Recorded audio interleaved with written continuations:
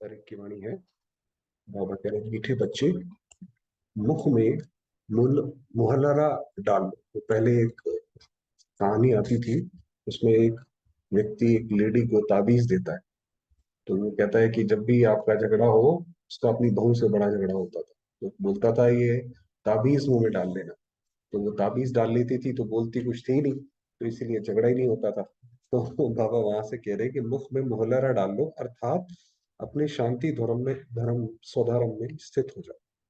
तो माया कुछ भी कर नहीं सकती। ऐसा कुछ भी माया का प्रकोप आए, हमारे लिए ताबीज यही है कि अपने शांति स्वधर्म में स्थित हो, शांति की स्थिति। प्रश्न है, एक शिव बाबा ही भोलानाथ है, दूसरा कोई भी भोलानाथ नहीं हो सकता। क्यों? क्योंकि एक शिव बाबा ही है जिसे अपने लिए कोई भी तमन्ना नहीं। शिव बाबा को अपने लिए कुछ नहीं है कि मुझे ये मिले, मैंने पढ़ाया, कोई बात करे, कुछ नहीं। वह आकर बच्चों का सेवाधारी बनते हैं, बच्चों को माया की गुलामी से छुड़ाते हैं। हर बच्चे को आप समान मास्टर ज्ञान सागर, ज्ञान रत्नों से झोली भरते हैं। ऐसा निष्काम सेवाधारी दूसरा कोई भी हो नहीं सकता। इसलिए भोलानाथ एक शिव बाबा को ही कहे। भोलानाथ कहते भी उसे हैं जिसे अपना कुछ नहीं चाहिए होता। ये कहते हैं तो बहुत भोला है, इसे कोई भी चला सकता है, माना इसको कुछ चाहिए ही नहीं, इसको पता ही नहीं इसको क्या चाहिए। इसलिए सबसे ज्यादा भोलानाथ बाबा है, जिसे वास्तव में कुछ नहीं चाहिए। गीत है भोलेनाथ से मिलना। ओम शांति। भक्ति मार्ग में जो होकर गए हैं उनकी महिमा गाते हैं कि ऐसा था। ये जो गाए ना, भोलेनाथ से निराला, जो यहाँ है उनको कहेंगे कि ऐसे हैं। शरीर छोड़ गए तो कहेंगे ऐसा था।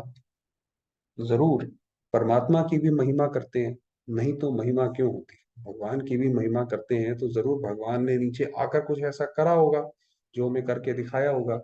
अभी प्रैक्टिकल में है, सब भक्तों का भगवान एक है। भक्तों का रक्षक व भक्तों को सदगति देने वाला, उसको ही जादूगर कहते हैं। तो एक शिव बाबा ही है जादू। गाया भी जाता है सर्व का सदगति दाता, सर्व को सदगति अभी मिलती है। नंबरवार जो वैरायटी धर्म वाले मनुष्य हैं, सबको गति सदगति देते हैं। तो बाबा आया है तो हर एक आत्मा से उसको कुछ ना कुछ मिलेगा शिव बाबा से। हर एक आत्मा, किसी को गति, किसी को सदगति, मगर मिलेगा सबको, उद्धार सबका। सब मनुष्य मात्र मुक्ति धाम में जाते हैं जरूर, फिर आते हैं सतो प्रधान में। नंबरवार ही आएंगे ना, पहले देवताएं, फिर क्षत्रिय, फिर वैश्य आएंगे। वर्ण बदलेंगे जरूर, ये धीरे धीरे समय का चक्र आगे चलेगा। कोई अच्छा काम करके जाते हैं तो उनकी महिमा करेंगे, वह तो अल्पकाल के लिए महिमा चलती है, क्योंकि बच्चे जानते हैं विनाश सामने। अभी जिसने भी जो भी काम किया, बाबा ने कहा वो तो थोड़ा समय के लिए चलेगा, विनाश हो रहा है तो उसमें तो कहाँ फिर कोई इसकी महिमा करेगा। सबसे जास्ती महिमा उनकी होती है जो पहले पहले आते हैं। भक्ति मार्ग में पहले पहले शिव बाबा की ही पूजा शुरू होती है, अभी होकर जाते हैं। इनका गायन पूजन फिर भक्ति मार्ग में होता है। तो ये शिव बाबा ने जो भी आकर किया, और हम बच्चों ने भी जो किया, उसका जो गायन पूजन है, फिर वो भक्ति में होगा। सतयुग में तो भक्ति होती नहीं, उन्हों को ये भी पता नहीं होता कि पहले क्या था, अथवा सतयुग के बाद त्रेता होगा। इसमें बुद्धि से काम लेना। भक्ति मार्ग शुरू होता है द्वापर से। जो बुद्धिमान बच्चे हैं वे अच्छी रीति समझ सकते हैं। जिनको ज्ञान की कंठी पड़ी हुई है, वो कंठी वाला तोता होता है ना, तो वो जैसा बोलो वैसा बोलता है, उसको कंठी वाला तोता बोलते हैं। तो बाबा ने कहा जिनको ज्ञान की कंठी पड़ी हुई है सब पैरट्स, वही बताया, तोते। कोई को अच्छी कंठी रहती है, कोई को कुछ भी समझते नहीं है। वो तोते भी अलग अलग तरीके के होते हैं। कुछ तोते होते हैं वो तो रिपीट कर सकते हैं, कुछ तोते होते हैं वो बस आवाज करते हैं, रिपीट नहीं कर पाते। तो कबूतर है, कई तो कुछ भी समझते नहीं है। कबूतर है, जैसे कबूतर बस गुटर गु करता रहता है। तोते को सिखलाया जाता है, वे रिपीट करते हैं। कबूतर सीख नहीं सकते हैं। अमरनाथ में कबूतर दिखाते हैं, कबूतर सिर्फ पैगाम पहुंचाते हैं। तोते जो सुना वे रिपीट करते हैं।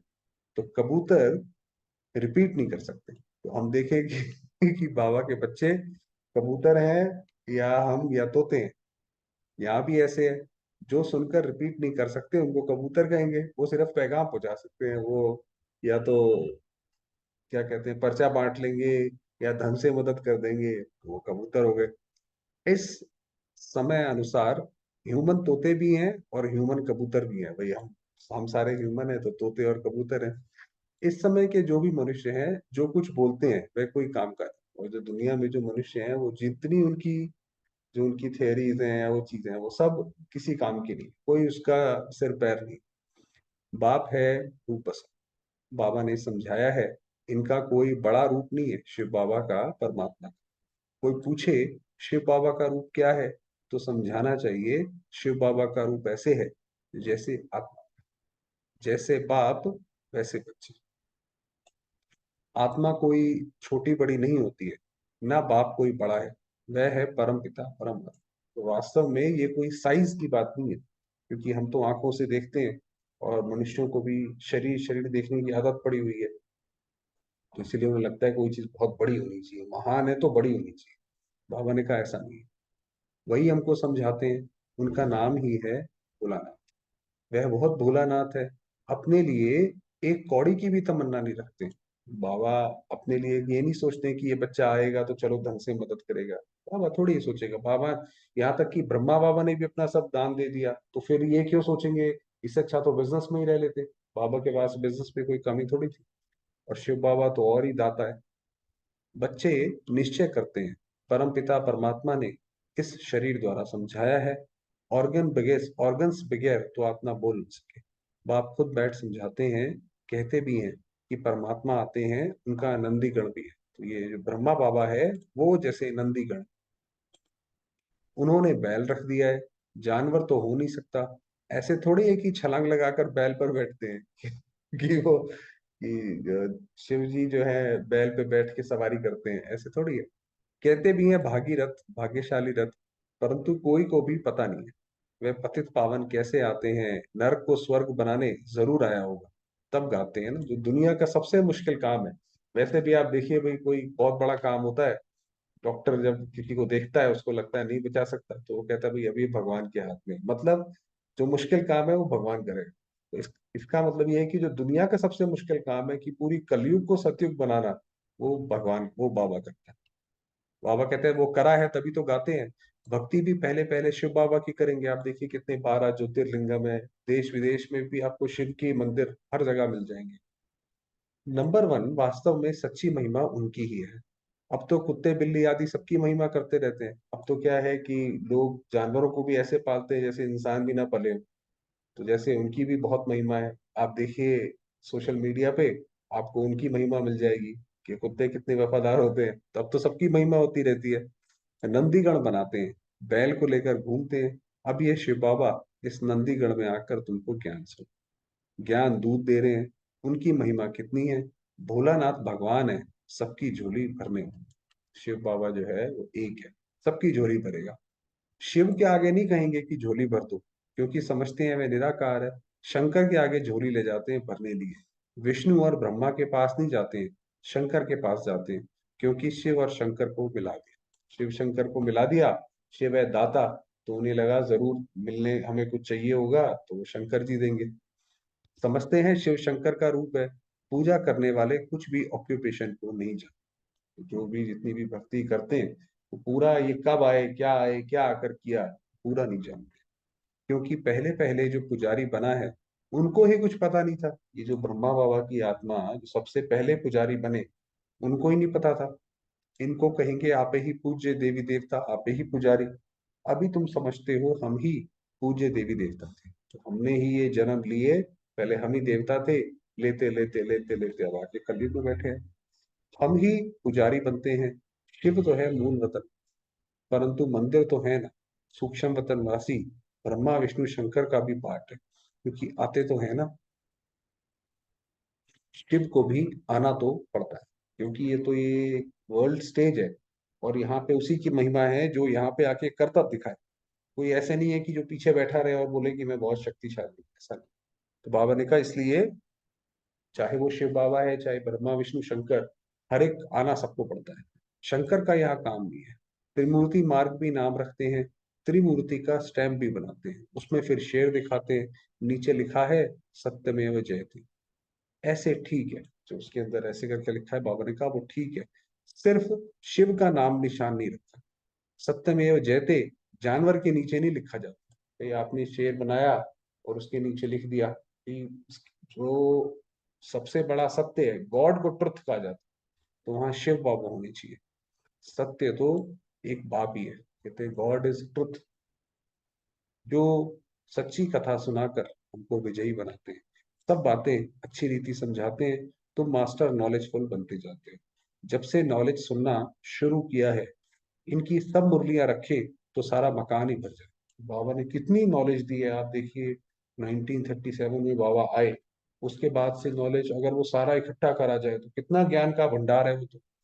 कितने कागज खलास करते होंगे और फिर खलास करते रहेंगे। मुरली बच्चों के पास जरूर जाएगी, बहुत कॉपियां निकलेंगी, झाड़ वृद्धि को पाता है। उस समय तो बाबा के सामने, जब हम, आपको याद है जब मुरली पढ़ते हैं तो बाबा के सामने 10-12 बच्चे भी आ जाते थे, तो बाबा कहते थे बहुत बड़ी पार्टी आई है 10-12। अब तो क्या 10-12 हजार भी कुछ भी नहीं है नंबर। तब बाबा ने बोला था कि ये झाड़ वृद्धि को पाता रहे। बच्चे जानते हैं माया के तूफान तो बहुत है। मोहल्ला मुख में पड़ा हुआ हो तो माया कुछ कर नहीं सकती। कोई जो भी मोहल्ला, मुरली के शुरुआत में बताया ताबीज, कि कोई भी ऐसी माया की परिस्थिति आए कि मैं आत्मा शांत स्वरूप, ऐसे शांत स्वरूप करके खड़े हो जाओ, टिक जाओ, तो माया कुछ नहीं कर पाएगी। बाबा को याद करना बहुत सहज है। हम आत्मा है, आत्मा कहती है मेरा स्वधर्म है शांत। हम सब परदेसी हैं, इस माया के देश में फंसे। एक गीत है ना, वो दूर देश के रहने वाले, सब आत्माएं दूर देश की रहने वाली है। अब तुम जान गए हो बरोबर हम परदेश में, ये हमारा देश नहीं है। बहुत दूर देश से आते हैं, जिसको निराकारी दुनिया कहा जाता है। दुनिया में तो बहुत होंगे ना, तुम जानते हो हम सब परदेसी हैं। एक शिव बाबा ही अकेला परदेसी नहीं है, क्योंकि शिव बाबा दूसरी दुनिया से आते हैं। हम सारे ही परदेसी हैं। हम यहाँ, हम में से कोई भी कलयुग को बिलोंग नहीं करता। भक्ति मार्ग में भक्त भगवान को याद करते रहते हैं। भक्त चाहते हैं कि भगवान आए, तो आकर क्या करे। तुम बच्चों को पता है कि बाबा परम धाम से आते हैं, कहते हैं मुझे कलयुगी पतित दुनिया से स्वर्ग पावन दुनिया बना। तुमको कोई मनुष्य नहीं पढ़ाते हैं। मनुष्य ना अपनी सदगति कर सकते हैं, ना औरों को दे सकते, क्योंकि वो तो खुद ही, जो स्वयं ही कीचड़ में है, वो कीचड़ से हमें बाहर कैसे निकाले। तो इसलिए जन्म मरण से न्यारा ही होना चाहिए भगवान। अब नाटक पूरा होता है, अंत में सब एक्टर्स को हाजिर होना है। आपको याद होगा जो पुरानी पिक्चर्स होती थी, उसमें ऐसे ही होता था कि जब मूवी का एंड आता था तो सारे एक्टर, या आज भी जो स्टेज शोज होते हैं उसमें ऐसे ही होता है कि सारे एक्टर डायरेक्टर सब आ जाते हैं और वो फिर ऑडियंस को जैसे संबोधित करते हैं, तो सबको हाजिर होना है। गीता में भी है, सिर्फ शिव बाबा के बदले श्री कृष्ण भगवान उवाच कह दिया। श्री कृष्ण तो है फर्स्ट प्रिंस, उनके लिए समझते हैं उनको राजयोग सिखाया था, परंतु अभी तुम जानते हो राजयोग सिखाने वाला भोलानाथ आया। भोलानाथ नॉलेजफुल बाप को कहा जाता है। फिर श्री कृष्ण के ऊपर कलंक लगा देते हैं। वास्तव में वह श्री कृष्ण के ऊपर नहीं लगाते हैं, बाप के ऊपर लगाते हैं। क्योंकि शिव बाबा जब इस दुनिया में आते हैं, क्यों इतना विरोध हुआ जब यज्ञ की शुरुआत में आए। गीता में भी आता है कि जब मैं आता हूँ तो मूढ़मती लोग मुझे गाली देते हैं। आप ऐसे समझिए कि कोई गांव है, वहां पे सारे ही शराबी हैं, और वहां पे जाके कोई ये बोले कि भाई ये शराब पीना गलत बात है, तो वो तो गांव वाले उसको छोड़ेंगे नहीं। वो कहेंगे भाई ये हमारे सुख में जो है खलल डालते हैं। उसी तरीके से जब शिव बाबा आते हैं तो दुनिया पूरी पांच विकारों में रमी हुई है। पांच विकारों को ही वो जीवन समझते हैं, उसको ही वो आनंद समझते हैं। और ऐसे समय पे आकर बाबा बोलते हैं कि भाई काम छोड़ो, क्रोध छोड़ो, तो सारे विरोध, भरसक विरोध हुआ जितना विरोध हो सकता था। तो वो कलंक जो है वो बाबा के ऊपर लगाए, इसीलिए कलंक भी लगाए, क्योंकि मनुष्यों ने भाई सोचा साम दाम दंड भेद, जो लगा सकते हो लगाओ, इनको गिराओ। पहले दादा के ऊपर कलंक नहीं लगता था, बाप के आने पर कलंक लगाए। ब्रह्मा बाबा की तो बहुत इज्जत थी, राजाओं महाराजाओं में बहुत ज्यादा इज्जत थी। जब बाबा जाते थे तो बहुत दोनों हाथों से उनका स्वागत होता था। मगर जब शिव बाबा की प्रवेशता हुई, ब्रह्मा ही एक ऐसी आत्मा है जिसने बाबा के बनने के बाद गालियां खाई, और उसके साथ साथ फिर धीरे धीरे धीरे हम सारे बच्चे। तो बाबा के आने के बाद तो फिर तो बहुत ज्यादा कलंक लगे। चलते चलते राही ने आकर प्रवेश किया, तब से देखो कितने कलंक लगाते आए हैं, फिर तो सारे सब ने जम के लगाए। ये रास लीला आदि सब खेल उनके ही हैं। वही बच्चों को बहलाते हैं। फिर क्या होता था, जब इतना होता था शोर, तो फिर बाबा जो है सारे बच्चों को, किसी को साक्षात्कार, किसी को कुछ, किसी को रास, वो सब होता रहता था। तो बच्चे जानते हैं हमको बाबा मिला है, बाबा से हम रत्नों की झोली भर रहे हैं। शास्त्रों के ज्ञान को रत्न नहीं कहा, ये है ज्ञान। दुनिया में तो शास्त्रों को रत्न समझते हैं। अगर शास्त्र इतने बड़े महान हैं, तो शास्त्रों से दुनिया का कोई ठीक करके दिखाए। वो तो होता नहीं, दुनिया तो दिन पे दिन नीचे गिरती जाती है। तो ये बाबा जो देते हैं वो ज्ञान। एक एक रत्न लाखों रुपयों का है। जैसे हम अभी कभी सेशन करते हैं, तो उसमें बाबा का आप एक पॉइंट उठा लो, सिर्फ एक, वो इतना उसको विशाल है, वो करते जाओ, वो इतने सारे राज खोलता जाता है, इसकी कोई वैल्यू नहीं है। इस समय सभी मनुष्य एक दो को पत्थर मारते मारते पत्थर बुद्धि बन गए। बाप आकर पत्थर बुद्धि से पारस बुद्धि बना देते हैं। कब्रिस्तान से परिस्तान बन रहा है। यहाँ तो घड़ी घड़ी काल खाकर कब्र दाखिल कर देता है भाई। मौत तो जैसे लगा ही पड़ा है, पता ही नहीं पड़ता कि कब कौन आ जाए। तो यहाँ तो हर थोड़े समय में कुछ ना कुछ हो रहा है। वहां तो ऐसे नहीं होता। जैसे सर पुरानी खाल उतार नई ले लेते हैं, वैसे पुराना शरीर छोड़ नया ले लेते हैं। ये एक बहुत, जैसे बाबा ने बोला, एक एक रत्न लाखों रुपयों का है। अब ये बात बहुत गहरी है, क्योंकि मनुष्यों ने बहुत अपना दिमाग लगाया कि जो यूटोपिया, वो जो वेस्टर्न में स्वर्ग को, जैसे हम स्वर्ग बोलते हैं उसको वो यूटोपिया बोलते हैं। तो उन्होंने हिसाब लगाया कि यूटोपिया कैसे हो सकता है, ऐसा कभी हो सकता है कि मनुष्य सदैव सुखी रहे? तो उन्होंने कहा ऐसा नहीं हो सकता। तो वास्तव में बाबा ने आके बताया, क्योंकि सबसे बड़ी चीज तो मृत्यु है। अगर आप कितना भी बड़ा यूटोपिया स्वर्ग बना लो, वहां व्यक्ति मरेगा तो सही, मरेगा तो दुख होगा ही। अगर दुख होगा, अगर वो मरेगा, तो इसका मतलब वो फिर चीजें भी इकट्ठी करेगा, वो तो सारा सिलसिला दोबारा से शुरू हो गया विकारों का। तो बाबा ने बताया कि वहां पे शरीर जो है एकदम आत्मा ऐसे निकलती है सर्प की तरह। ये दृष्टांत बाबा अभी देते हैं। इनको फिर सन्यासी लोग अपने काम में लगा लेते हैं। ऐसे समझते हैं कि बुदबुदा सागर में समा जाते हैं। तो ये जो बाबा ने ज्ञान दिया, यही अलग अलग धर्मों ने, अलग अलग सन्यासियों ने थोड़ा थोड़ा थोड़ा इसमें से उठाया और अपना मठपंथ शुरू किया। कोई कहते हैं ज्योति ज्योत में लीन हो जाते हैं, अनेक मत है। अब तुमको मिलती है एक मत, उस पर चलना पड़े। बाबा कहते हैं तुम जन्म जन्मांतर मुझे पुकारते हो, मैं एक ही बार, हमने बाबा को इतना पुकारा, उसके हम सब ने ही पुकारा, कोई ऐसा नहीं कोई एक ने, हम सब ने पुकारा, तो हमें अब जाके बाबा मिला है।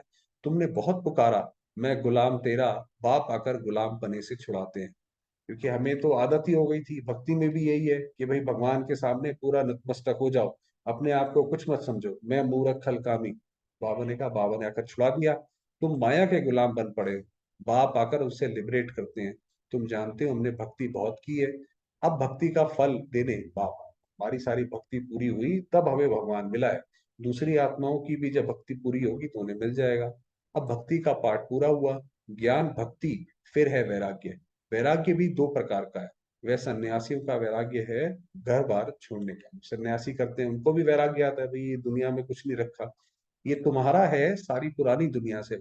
हमारा तो उससे भी ज्यादा है, कि हम रहते तो हैं मगर हमारा कोई लगाव। ये तो तुम बच्चे जानते हो, ये सब भस्म हो जाने, कुछ भी नहीं रहेगा। इनकी दबी रहेगी धूल में। फिर ऐसे समय चोर आदि भी आकर लूटते हैं। वो कौन सा क्रिकेटर था, उसका बेचारे का एक्सीडेंट हुआ, कितना पैसे वाला, कितना नामी ग्रामी, और जब उसका एक्सीडेंट हुआ, जब उसे मदद की जरूरत पड़ी, तो बजाय लोग उसकी मदद करने के उसका पैसा लेके भाग रहे थे। तो काम नहीं आया पैसा, कहाँ काम आया पैसा?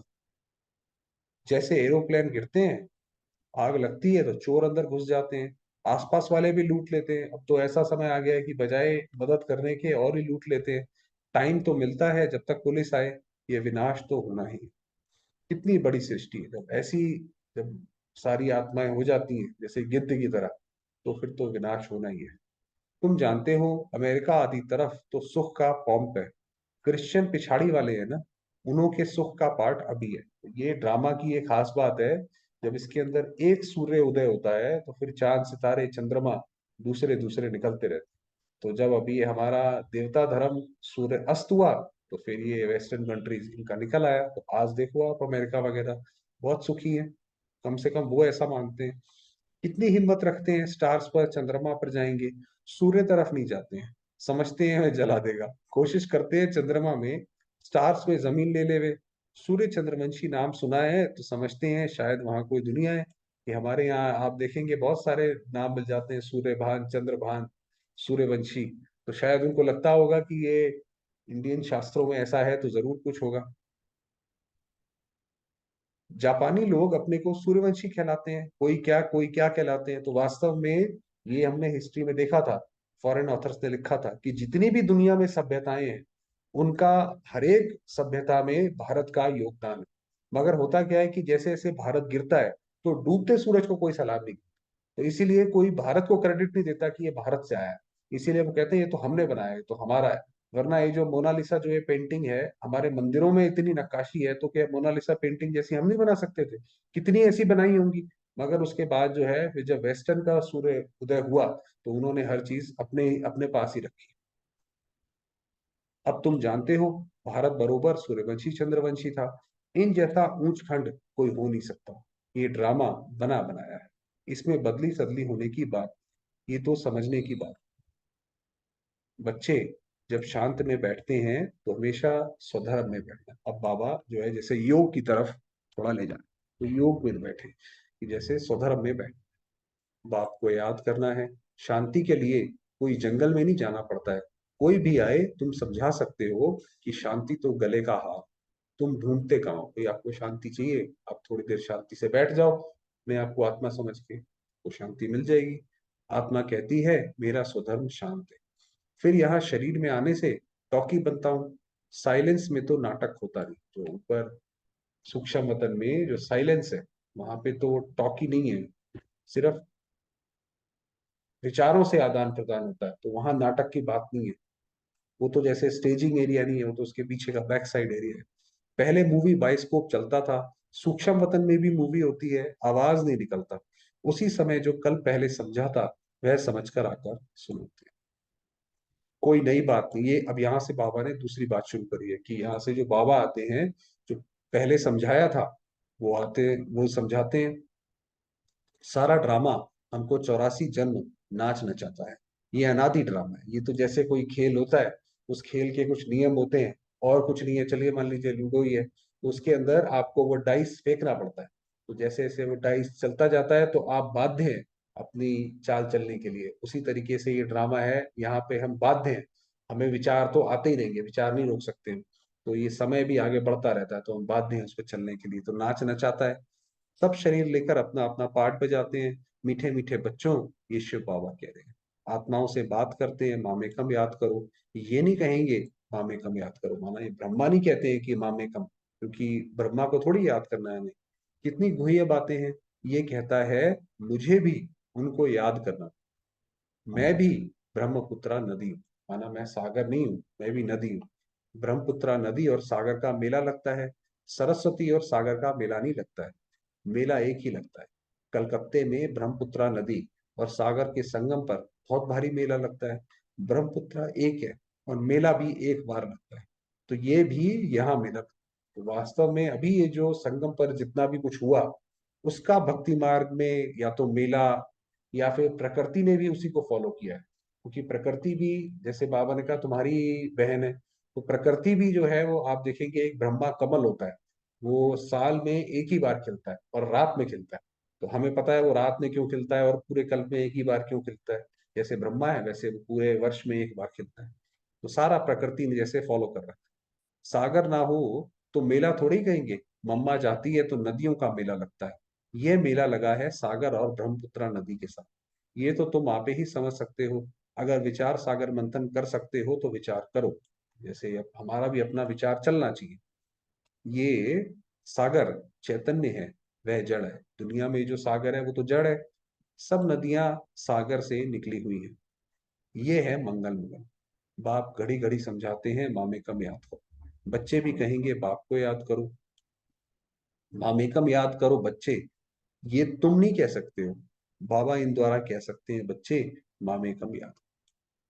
तुम सम्मुख बैठे हो ना, तुम कहेंगे शिव बाबा कहते हैं मुझे याद करो।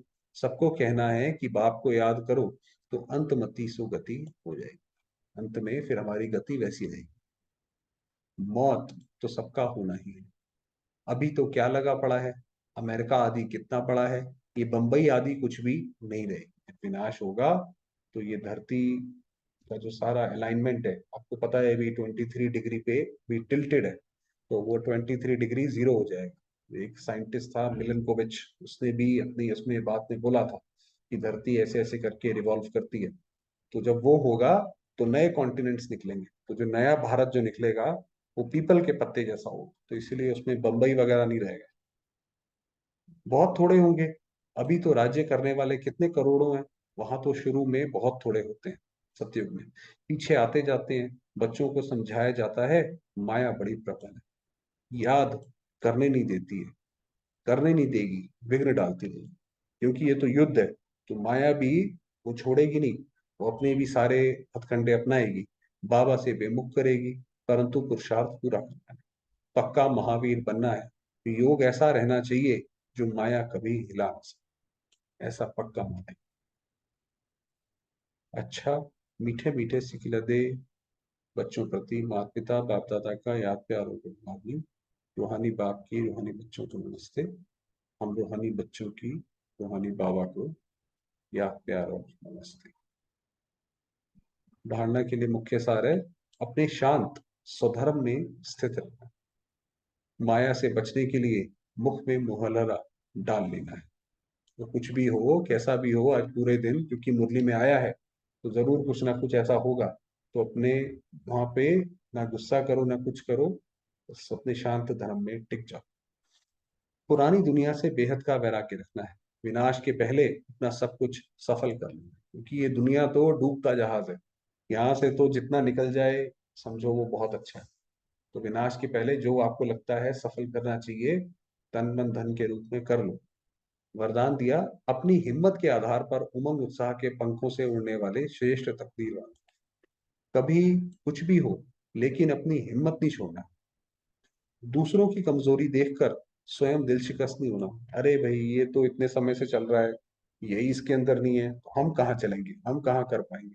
तो अपने अपनी हिम्मत नहीं छोड़ो, पता नहीं हमारा तो ऐसा नहीं होगा, भाई देखो वो फला व्यक्ति था, ज्ञान में बहुत अच्छा चलता था और उसके सामने प्रॉब्लम आई और वो शरीर छोड़ गया, तो ऐसा तो नहीं हमारे साथ भी होगा, नहीं, क्योंकि हर एक आत्मा की अपनी गति है। आपको नहीं पता वो कितना पुरुषार्थ करता है, ऊपर से दिखाता है कि अंदर से करता है, कैसे करता है, या बाबा ने उसको कैसे मदद की। इसलिए हमें क्योंकि पूरी बात नहीं पता है तो हम ना सोचें, ऐसा संकल्प कभी नहीं करना।